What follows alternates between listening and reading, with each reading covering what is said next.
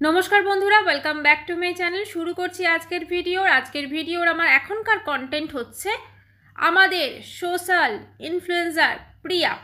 ঠিক আছে, নিজেকে এখন সে বিশাল একজন সোশ্যাল ইনফ্লুয়েন্সার মনে করছে, তো সেটা সে কতটা ঠিক আছে, তো সেটাই আমি আজকে আমার এই ভিডিওতে আমি সেটা বলবো।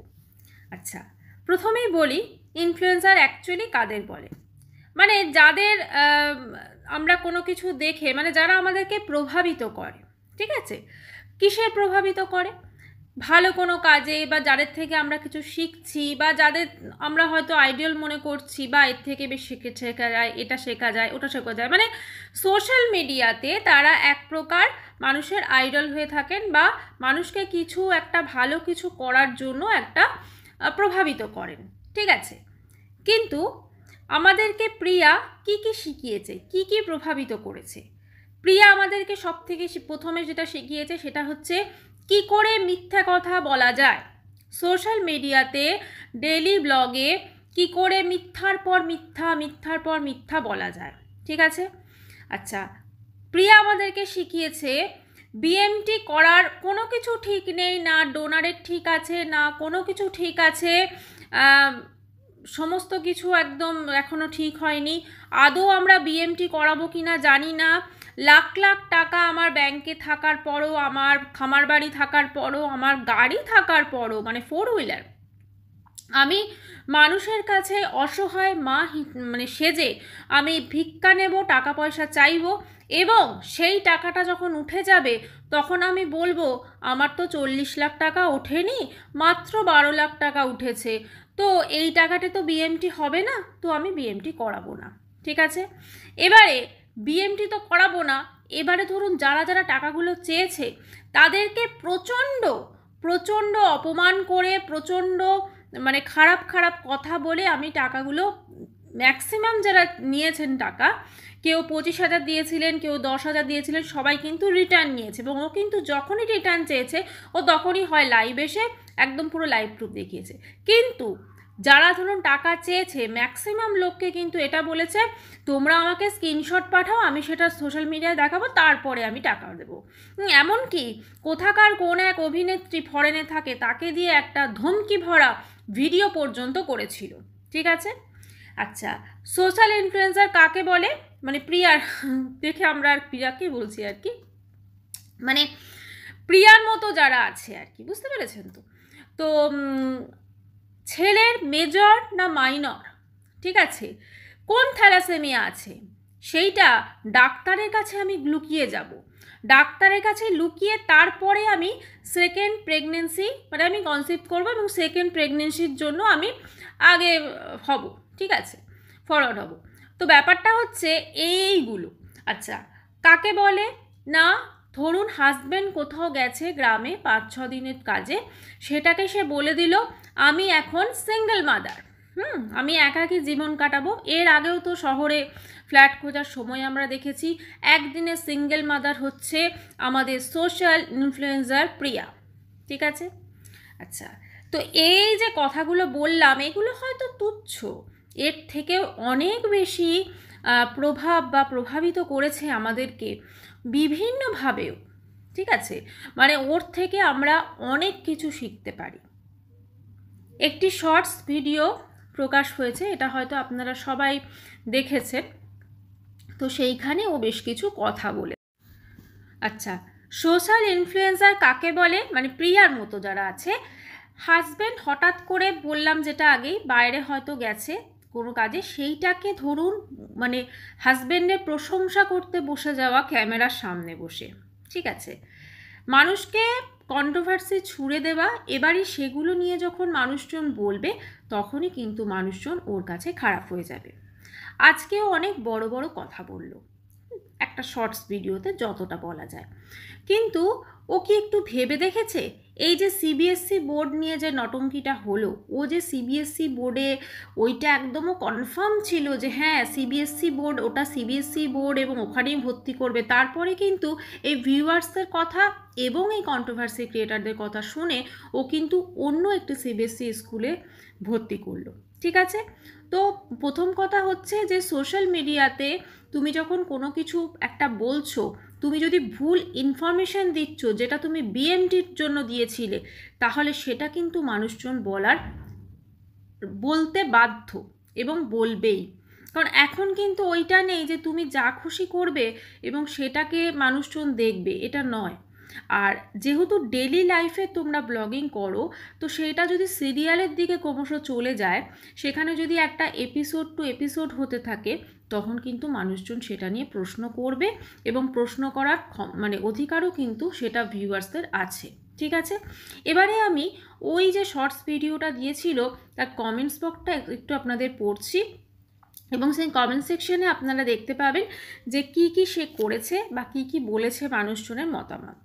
প্রথমেই একটা আছে, নিজেকে যে কীভাবে এই মহিলা, সত্যি মানুষ যে কত প্রকারের হয়। এক্স্যাক্টলি, মানে প্রিয়াকে দেখে আমরা বিভিন্ন প্রকারের মনুষ্য জাতির একটা মানে এক্সাম্পল ঠিক মেলাতে পারছি না, একবার মনে হচ্ছে এটা, একবার মনে হচ্ছে এটা। এখানে 43টা লাইক এসছে, আমি আর একটা লাইক দেব। আচ্ছা, যাদের এই কথাগুলো বলছো সেই নিন্দুক মানুষেরাই কিন্তু তোমার ছেলের জন্য টাকা পাঠিয়েছিল। কোনো কিছু না ভেবে এইভাবে হয়তো সেই দিনটা তুমি ভুলে গেছো। একদমই টাকা নেওয়া হয়ে গেছে এবং ও বুঝেও গেছে যে আর ওকে কিন্তু কেউ টাকা দেবে না। কারণ ও যে, অবশ্য দেখুন একটা জিনিস তো ঠিক, ও কিন্তু একটা সোশ্যাল মিডিয়ায় একটা এক্সাম্পল কিন্তু ক্রিয়েট করে গেছে। এর ফলে যারা সোশ্যাল মিডিয়াতে এসে এরপর থেকে টাকা পয়সা চাইবে, তাদের কিন্তু মানুষ টাকা পয়সা দেওয়ার আগে যথেষ্ট ভাববে। কারণ মানে কি বলুন তো, টাকা পয়সা যে কিভাবে চিটিংবাজি হয় সেটা প্রিয়া কিন্তু আমাদের শিখিয়ে দিয়েছে। আচ্ছা, এই নিন্দুকরা না থাকলে তোমার হাঁড়ি উঠবে না গ্যাসে। পজিটিভ ভিউয়ার্স কয়জন আসে তোমার, ভেবে কথা বলো। একদম সমস্ত ভিউয়ার্স ম্যাক্সিমাম ওর যে নেগেটিভ কমেন্টস আসে, ঠিক আছে, এবং ধরুন আমাদের প্রত্যেকেরই ভিডিওতে বেশ কিছুটা পজিটিভ, বেশ কিছুজন নেগেটিভ আমাদের ভিউজ দেন, কিন্তু সেক্ষেত্রে প্রিয়ার ভিডিওতে বেসিক্যালি কিন্তু বেশিরভাগটাই আসে কিন্তু নেগেটিভ কমেন্টস, কারণ ওর কর্মকাণ্ডই এরকম। এমনকি নিজের কালিগ মানে মৌ, তাকে পর্যন্ত হিংসা করে এই মহিলা, তাহলে কি বলা যাবে তাকে আর। হ্যাঁ, মানে নিজেদের মধ্যে ভাই যা আছে আছে, সেটা তুমি সোশ্যাল মিডিয়াতে তুমি ভিউয়ার্সদের সামনে আনছো, হ্যাঁ, ইনডাইরেক্টলি নাটক করে আরও বড় বড় জ্ঞান দিচ্ছে। সত্যি তাই, নিজে তো নটঙ্কি। তাকে বলে সোশ্যাল ইনফ্লুয়েন্সার, সেটা আগে শেখা উচিত, জানা উচিত। যেখানে একদিনে সিঙ্গেল মাদারের নাটক করতে পারে, তারপরে বিভিন্ন রকম ছেলের বিএমটির নাম করে টাকা পয়সা নিচ্ছে, যা খুশি শুরু করেছে, তো সেগুলো মানুষজন বলবে না? বা অহংকার আর হিংসার যে কি পতন, তার সামনে একদম অহংকার পতনের মূল। এবং ও যেটা শুরু করেছে, এটা কিন্তু সেম খনিকা এবং জলজলও শুরু করেছিল। তারা কিন্তু আজকে তাদের পতন কিন্তু অলরেডি সোশ্যাল মিডিয়াতে কিন্তু আপনারা সবাই দেখতে পাচ্ছেন।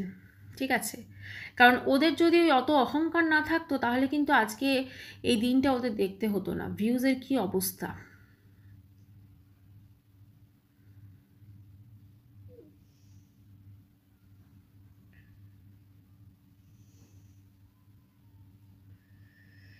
আচ্ছা, কখন খারাপ লাগে? যখন তুমি ফ্যামিলি নিয়ে মিথ্যা নাটক করো। একদম, এই যে কদিন আগে হাজব্যান্ড চলে গেছিলো, যে মিথ্যা নটঙ্কিটা করেছে, এটা করে কি করে নিজেকে একজন সোশ্যাল ইনফ্লুয়েন্সার বলছে, এইসব করেই তো নিজের চ্যানেলটাকে দাঁড় করিয়েছে। আজকে যদি ইউটিউব না থাকে না, তাহলে কি অস্তিত্ব থাকবে ওর?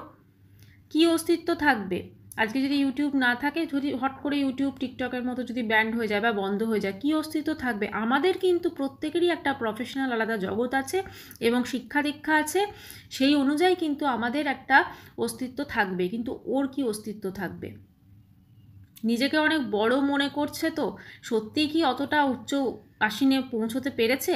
আমার তো মনে হয় পারেনি। আচ্ছা, অতিবার বেরো না প্রিয়, ঝরে পড়ে যাবে। একদম।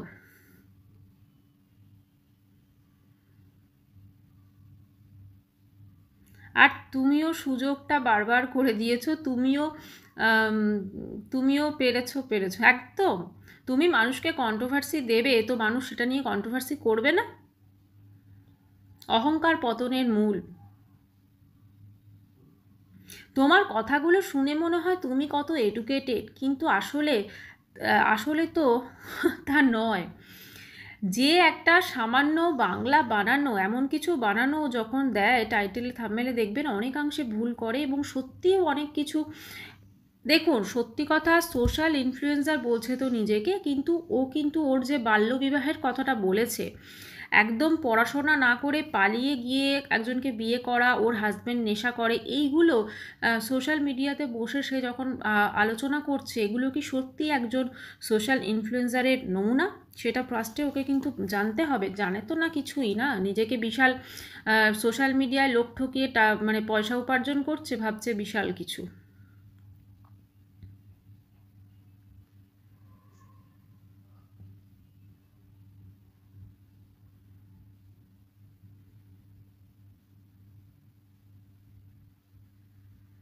তুমি বেশি নাটক করো ভিউজের জন্য, একদম।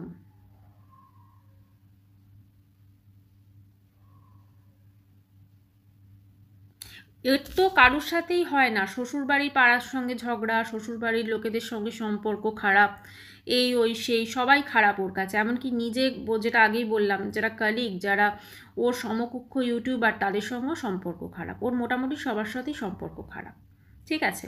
আচ্ছা, এবারেও বলেছে যে ওপরে পৌঁছতে পারবে না বা এরকম একটা কিছু। ও তো বিশাল ওপরে আছে না। আজকে সত্যি কথা বলুন তো, কেউ কি সত্যি এই প্রিয়ার মতো হতে চায়?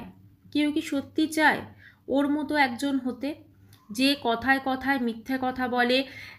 ছেলের সত্যি কি ওর মেজর থ্যালাসেমিয়া আছে? যদি মেজর থ্যালাসেমিয়া থাকে তাহলে তার মেডিসিনটা শেষ হয়ে যাচ্ছে, তারপরে অর্ডার দিতে হচ্ছে। আগের দিনের ব্লগে কিন্তু ও বলেছে প্রেগনেন্সি নিয়ে নটঙ্কির পর নটঙ্কি করলো, আরও প্রচুর জিনিস যখন যা পেরেছে সেটাকে নিয়ে নটঙ্কি করিয়েছে। একজন সোশ্যাল ইনফ্লুয়েন্সার হয়ে এটা দেখিয়েছে যে কিভাবে তুমি বাচ্চা নষ্ট করা যায়, সেটা আমরা দেখেছিলাম, একটা ফলকে সেটাকে দেখিয়েছিল আমাদেরকে। তো এরকম প্রচুর জিনিস কিন্তু ও সোশ্যাল মিডিয়ায় দেখিয়েছে, যেগুলো কিন্তু ওর দেখানো কখনোই উচিত হয়নি, কিন্তু সেগুলোকে দেখিয়ে ও দিনের পর দিন আর্নিং করে গেছে। এরকম যদি সোশ্যাল ইনফ্লুয়েন্সারের নমুনা হয়, তাহলে সত্যি মানে আর কিছু বলার নেই। আজকে যদি সোশ্যাল মিডিয়া না থাকে তাহলে ওর কোনো অস্তিত্ব থাকবে না, কিন্তু বাকিদের কিন্তু থাকবে। সোশ্যাল মিডিয়া ছাড়া ওর কোনো অস্তিত্ব নেই। সোশ্যাল মিডিয়া আছে বলেই আজকে এই জিনিসগুলো করছে।